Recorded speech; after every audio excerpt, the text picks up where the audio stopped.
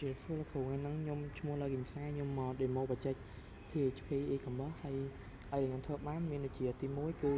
dashboard ហើយ admin page ខ្ញុំទី2គឺមាន banner ទី3គឺមាន category ហើយមាន brand ហើយមាន blog ដែលយើងអាច update edit អីបានធម្មតាលោកគ្រូហើយ delete អីបាន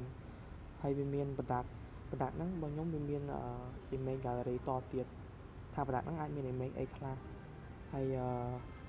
បន្ទាប់មកឲ្យមាន product variant មានsize មាន color អញ្ចឹងទៅហើយខ្ញុំអាចគ្រប់គ្រងទៅលើ order របស់ user ដែលគេទិញខ្ញុំអាចគ្រប់គ្រងទៅលើ customer ហ្នឹងដែល register នៅក្នុង website ខ្ញុំខ្លះហើយខ្ញុំមាន about us ដើម្បី control ពី admin ទៅ